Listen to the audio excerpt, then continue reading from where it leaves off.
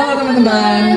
Jadi kali ini kita akan mencoba untuk membahas suatu topik yang panas-panas seru, tapi bukan gosip ya, Cer. Kali ini kita akan bahas tentang termokimia. Nah teman-teman, apa sih termokimia itu? Sebelum itu kenalkan, saya Benedict Aristo. Dan saya Sherilyn Axelia. Oke, jadi balik lagi, termokimia itu adalah suatu materi dalam kimia yang menjelaskan gimana sih hubungan antara energi panas dengan reaksi kimia. Jadi intinya gimana sih energi dan panas itu saling terlibat dalam reaksi-reaksi kimia. Nah, sebelum masuk ke konsep termokimia, ada satu konsep dasar yang harus teman-teman pahami terlebih dahulu, yaitu sistem dan lingkungan. Jadi sistem dalam termokimia ini adalah segala sesuatu yang kita fokuskan dan kita amati, sementara lingkungan adalah segala sesuatu di luar sistem yang bisa mempengaruhi dan berinteraksi dengan sistem. Nah, sekarang langsung aja kita masuk ke pembahasan pertama, yaitu konsep endotherm dan exotherm. Nah, jadi bisa kita lihat teman-teman di sini ada dua jenis reaksi yang akan perlu menjadi bahasan dasar dalam termokimia ini. Yang pertama ada reaksi exotherm dan juga reaksi endotherm. Oke, mari kita lihat apa perbedaan antara kedua reaksi ini. Pertama, reaksi exotherm. Reaksi exotherm adalah reaksi yang menggambarkan suatu sistem melepaskan kalor dan lingkungan yang akan menyerap kalor dari sistem tersebut. Jadi kalor berpindah dari sistem ke lingkungan. Lalu yang menyebabkan terjadinya reaksi exotherm ialah kenaikan suhu. Kemudian ada akibat dari reaksi exotherm ini, maka H atau entalpi di akhir, energi di akhir itu akan lebih kecil dibandingkan dengan energi di awal karena sistem melepaskan kalor, sehingga nantinya perubahan entalpi yang akan kita bahas juga, perubahan entalpi dari reaksi exotherm itu bernilai negatif, begitu teman-teman. Kemudian ada juga reaksi endotherm. Nah, di dalam reaksi endotherm menjadi kebalikan dari exotherm, di mana endotherm sistem yang menyerap kalor dan lingkungan melepas kalor. Berarti kebalikannya juga, kalor berpindah dari lingkungan ke sistem. Lalu di sini terjadi disebabkan oleh penurunan suhu dan akibatnya adalah entalpi atau energi akhir akan lebih besar dibandingkan energi awal. Maka perubahan entalpi bernilai positif. Oke, nah tadi sudah kita melihat sedikit penjelasan soal exotherm dan endotherm, di mana exotherm menggambarkan sistem yang melepaskan kalor, sedangkan endotherm itu sistem yang melepaskan kalor. Nah, berarti bisa kita gambarkan bentuk dari diagram atau sedikit gambaran dari reaksi exotherm dan endotherm. Seperti ini kira-kira bentukannya. Jadi kalau dalam exotherm yang posisi reaktan dan produk, reaktan di atas, produk di bawah. Sedangkan kalau endotherm berarti kebalikannya, produk yang di atas dan reaktan yang di bawah. Lalu perlu diperhatikan juga untuk tanda panahnya. Di tanda panah exotherm itu mengarah ke bawah, sedangkan endotherm mengarah ke atas. Begitu ya teman-teman. Itu sedikit penjelasan soal tentang gimana sih reaksi exotherm dan endotherm secara garis besar. Nah, selanjutnya kita akan membahas mengenai contoh-contoh dari reaksi endotherm dan exotherm ini dalam kehidupan kita sehari-hari nih. Yang pertama, di sini ada gambar es batu yang mencair, di mana es batu yang mencair ini termasuk salah satu dari konsep reaksi endotherm. Dikatakan reaksi endotherm karena es batu ini dia bisa mencair dan terjadi perubahan fase dari solid ke liquid akibat dia menyerap kalor, dia menyerap energi dari lingkungan sekitarnya, sehingga panas itu masuk ke dalam sistem dan menyebabkan es batu yang tadinya beku ini menjadi cair. Kemudian yang selanjutnya ada api unggun, di mana api unggun ini termasuk reaksi exotherm. Api unggun ini termasuk reaksi exotherm di mana sistem melepaskan lingkungan. Di sini sistemnya adalah api unggunnya. Di mana ada api unggun, maka lingkungan sekitarnya akan ikut panas. Hal ini disebabkan oleh adanya reaksi exotherm itu sendiri, di mana api unggun ini melepaskan panas ke lingkungan sekitarnya sehingga menjadi hangat juga. Dan yang terakhir yang kami berikan di sini ada reaksi fotosintesis, di mana fotosintesis ini termasuk reaksi endotherm karena dalam fotosintesis tumbuhan sebagai sistemnya menyerap kalor atau menyerap energi panas radiasi dari matahari, sehingga dapat dikatakan bahwa sistem menyerap energi atau menyerap panas dari lingkungannya. Selanjutnya di sini kita punya dua contoh soal. Kita lihat soal yang pertama. Di sini kita diberikan empat buah reaksi dan kita disediakan temperatur awal dan temperatur akhir untuk keempat-empatnya. Jadi kita lihat dari reaksi yang pertama. Di sini yang ditanyakan adalah yang termasuk reaksi exotherm. Jadi kita lihat dari reaksi yang pertama, di sini suhu awalnya 25 derajat dan suhu akhirnya 30 derajat. Terjadi kenaikan suhu sehingga dapat disimpulkan ini merupakan reaksi exotherm. Kemudian reaksi yang kedua, di sini suhu awalnya 25 derajat dan suhu akhirnya 15 derajat. Terjadi penurunan suhu sehingga nomor 2 ini merupakan reaksi endotherm. Nomor 3, dari 27 derajat ke 32 derajat, sehingga disebut reaksi exotherm karena mengalami kenaikan suhu. Dan kita lihat yang terakhir, suhu awalnya 26 derajat dan suhu akhirnya 20 derajat. Bisa dilihat bahwa reaksi keempat ini juga mengalami penurunan suhu, sehingga bukan merupakan reaksi exotherm. Jadi jawaban dari soal nomor pertama ini adalah 1 dan 3. Jawabannya adalah B. Sekarang kita lihat soal yang kedua. Di sini kita diberikan 5 buah persamaan reaksi dan pertanyaannya yang termasuk atau yang terjadi secara endotherm adalah nomor berapa? Nah, kita lihat satu persatu dari nomor yang pertama.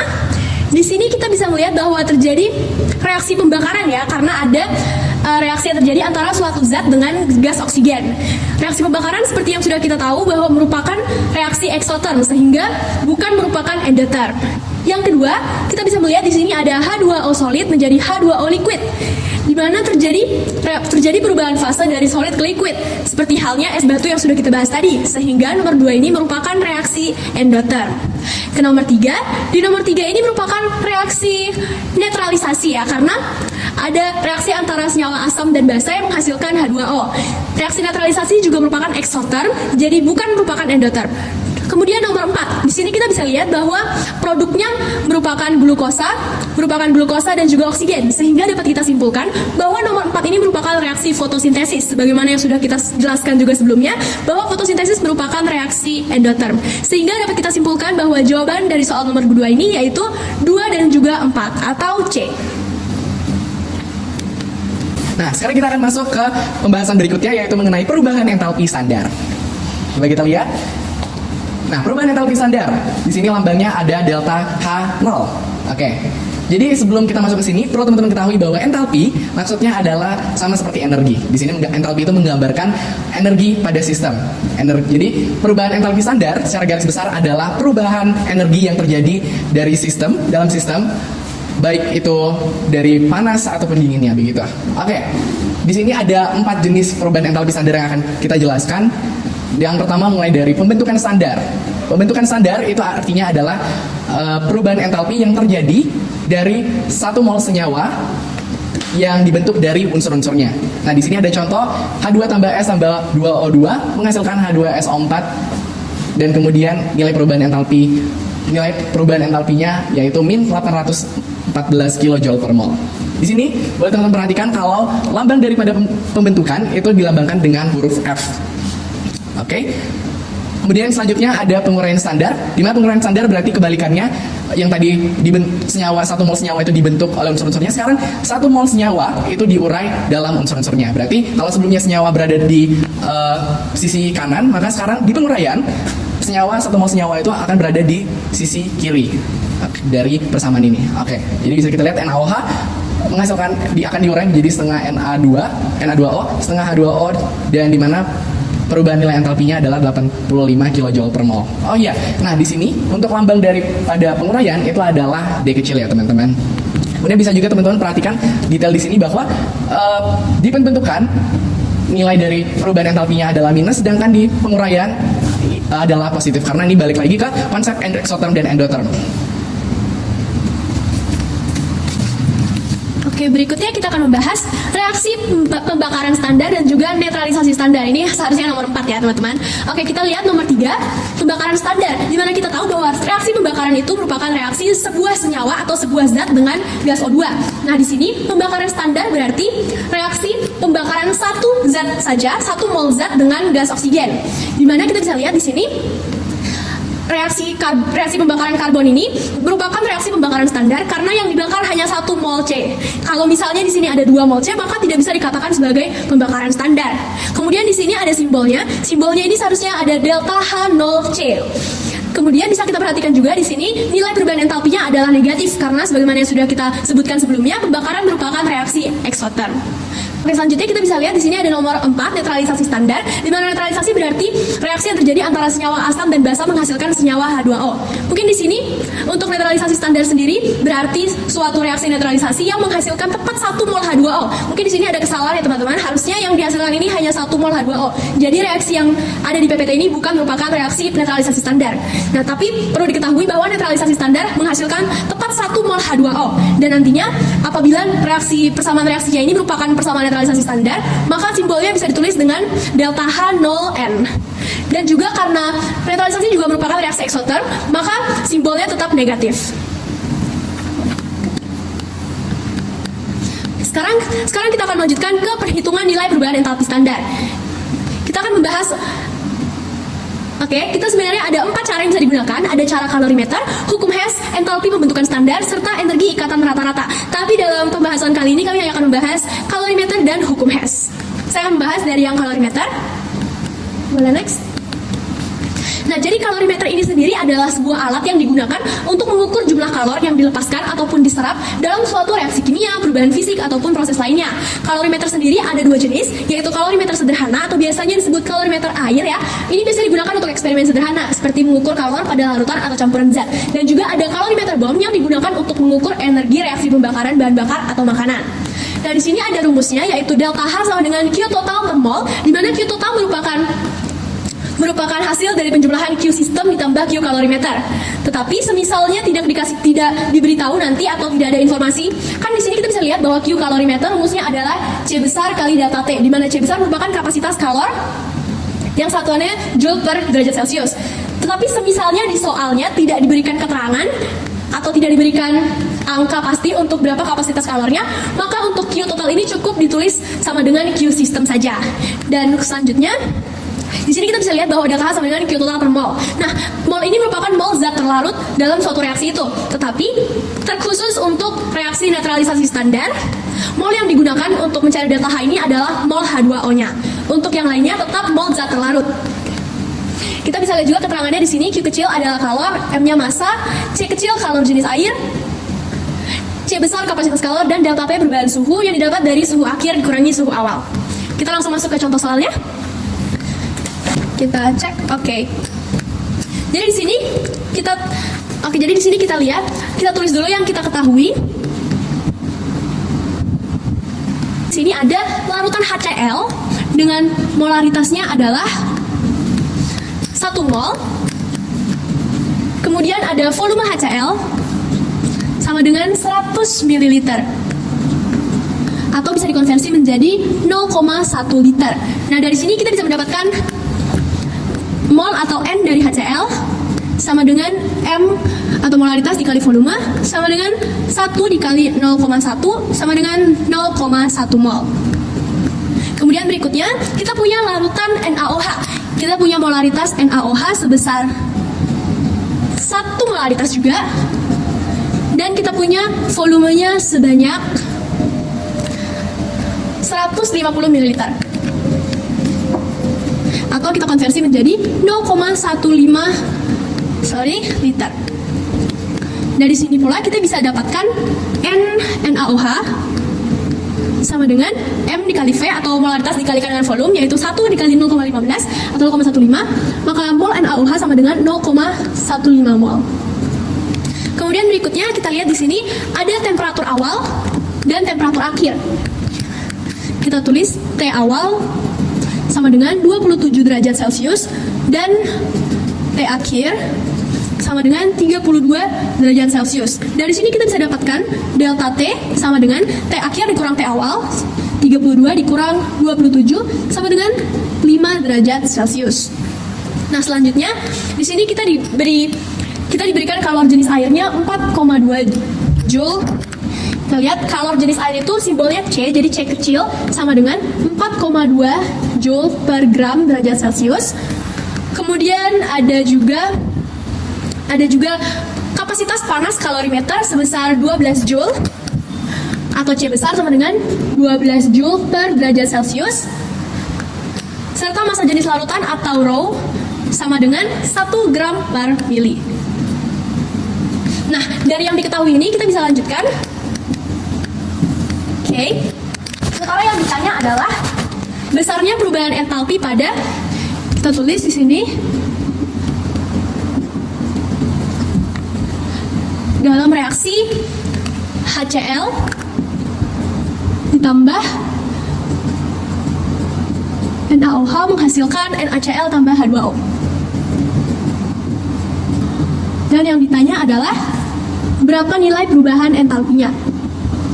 Nah, dari sini mungkin kita bisa selesaikan satu persatu.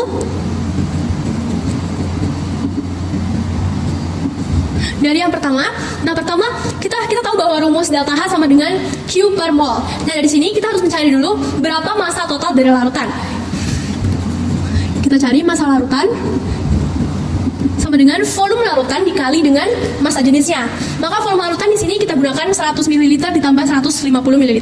Kita dapatkan 250 ml dikali dengan 1 gram per mililiter. Sehingga massa larutan 250 gram. Dan kita butuh, karena ini reaksi netralisasi ya, bisa dilihat ini reaksi netralisasi, jadi kita butuh mol dari si H2O-nya. Jadi kita harus mencari mol H2O. Sementara di sini kita udah punya mol dari larutan HCl dan NaOH. Jadi kita bisa tulis mol H2O sama dengan, kembali lagi ke konsep mol H2O sama dengan mol HCl per COF HCl dikalikan dengan COF H2O.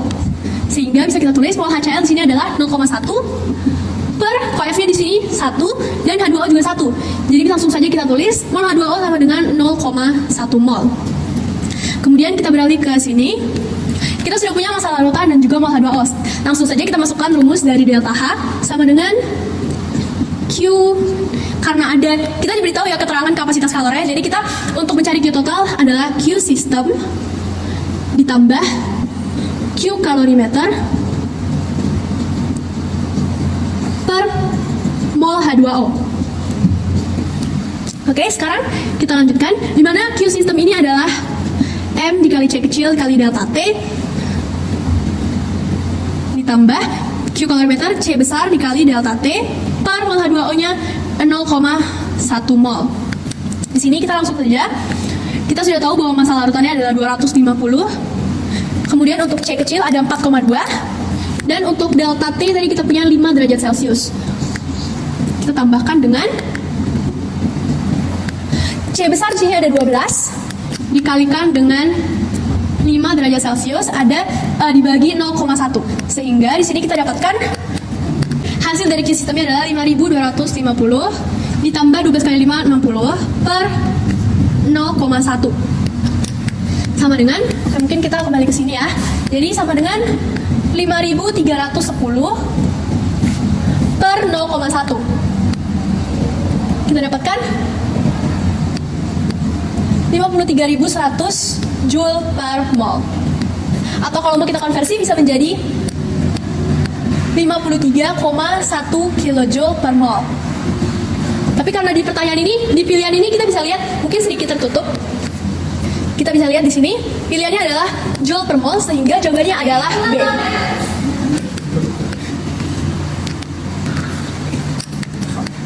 Jadi teman-teman tadi udah lihat salah satu cara untuk menghitung nilai perubahan entalpi sadar ialah dengan menggunakan cara kalorimeter. Sekarang teman-teman masih ada satu cara lagi yang akan kita bahas di video ini, yaitu dengan menggunakan hukum Hess. Mungkin masih bagi teman-teman yang belum tahu, mari kita lihat apa itu hukum Hess. Jadi sederhananya hukum Hess itu adalah hukum yang menyatakan bahwa perubahan entalpi total dalam suatu reaksi kimia hanya bergantung pada keadaan awal dan akhir reaksi, tidak tergantung pada jalur atau langkah-langkah yang ditempuh untuk mencapai keadaan akhir. Nah, prinsip ini juga didasarkan dengan hukum kekekalan energi dalam fisika yang menyatakan bahwa energi itu tidak dapat diciptakan atau tidak dapat diurai dan selalu nilai konstan. Jadi sama persis dalam hukum Hess ini adalah lanjutan dari hukum kekekalan energi tersebut. Sekarang coba kita lihat penerapan dalam hukum Hess ini sebenarnya bisa diterapkan dalam diagram Hess sendiri, lalu juga diagram ini namanya diagram tingkat energi dan juga dari persamaan reaksi. Nah, coba kita lihat ke contoh soal. Jadi teman-teman, untuk soal kita gunakan saja diagram Hess sebagai contoh soal, di mana diketahui dari gambar ini untuk bentukan dari untuk reaksi dari 2C tambah 2O2 ke 2CO2 itu ditanya berapa nilai perubahan entalpinya, kemudian dari 2C tambah 2O2 ke 2CO tambah O2 itu diketahui perubahan entalpinya sebesar min 222 kJ. Kemudian untuk yang dari sini ke sini, reaksi dari 2CO tambah 2O2 ke 2CO2 itu nilai perubahan nilai entalpinya adalah min 566. Nah, sedangkan kita ditanya di sini berapa sih nilai perubahan entalpi dari 2C tambah 2O2 ke 2CO2. Nah, gimana caranya teman-teman? Berdasarkan hukum Hess tadi, kita udah tahu kalau misalnya nilai perubahan entalpi dalam suatu reaksi kimia itu konstan. Nah, maka di sini caranya adalah teman-teman bisa lihat sesuai dengan jarum, sesuai dengan arah dari panah. Jadi teman-teman bisa lihat Jadi di sini caranya adalah teman-teman bisa lihat arah panah dari reaksi-reaksi kimia dalam diagram hash ini. Nah, kalau teman-teman lihat arahnya ada yang ke sana, ada yang ke sini, dan ada yang searah dan ada yang tidak searah. Nah, misalkan saya ambil dari sini. Jadi kalau kita lihat, kalau aku ambil dari sini, maka ini searah, kemudian ini berlawanan arah dan ini berlawanan arah. Nah, lalu bagaimana kita bisa bentukkan dalam persamaan? Berarti seperti ini. H1 itu kalau dia berlawanan arah maka dia bernilai negatif.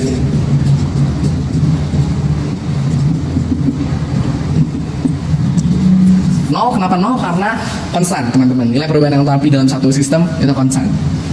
Jadi yang ditanya adalah nilai perubahan dari nilai delta H1 kita bisa dapatkan dengan menjumlahkan kedua ini. Ketika dengan hindar luas kita dapatkan persamaan seperti ini.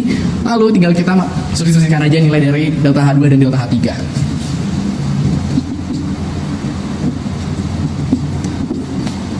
Maka kita dapatkan min 788 kilojoule. Begitu teman-teman kira-kira untuk hukum Hess. Jadi jawaban dari pertanyaan ini tentukan entalpi standar pembentukan gas CO2. Kalau kita lihat gas CO2 berarti betul ya yang ditanyakan adalah ini. Nah, namun di sini yang ditanyakan adalah standar. Maka standar sesuai dengan definisi yang sudah kita jelaskan tadi, standar itu berarti adalah 1 mol senyawa yang terbentuk, pembentukan 1 mol senyawa. Maka di sini untuk delta H1 sudah sesuai bahwa itu adalah nilai pembentukan untuk gas CO2, namun 2 mol CO2. Maka harus gimana cara kita ubahnya? Caranya adalah sederhana aja dengan perbandingan. Maka untuk menjawab pertanyaan ini, kita tinggal untuk menjawab soal ini karena delta H1 itu adalah menunjukkan nilai perubahan entalpi untuk 2 mol CO2, maka untuk mendapatkan standar atau 1 mol CO2 tinggal kita bagikan saja dengan 2, maka hasil untuk jawaban ini adalah 394 kilojoule. Begitu ya teman-teman. Nah kalau gitu, segitu aja pembahasan kami untuk hari ini. Terima kasih dan sampai jumpa. Bye-bye.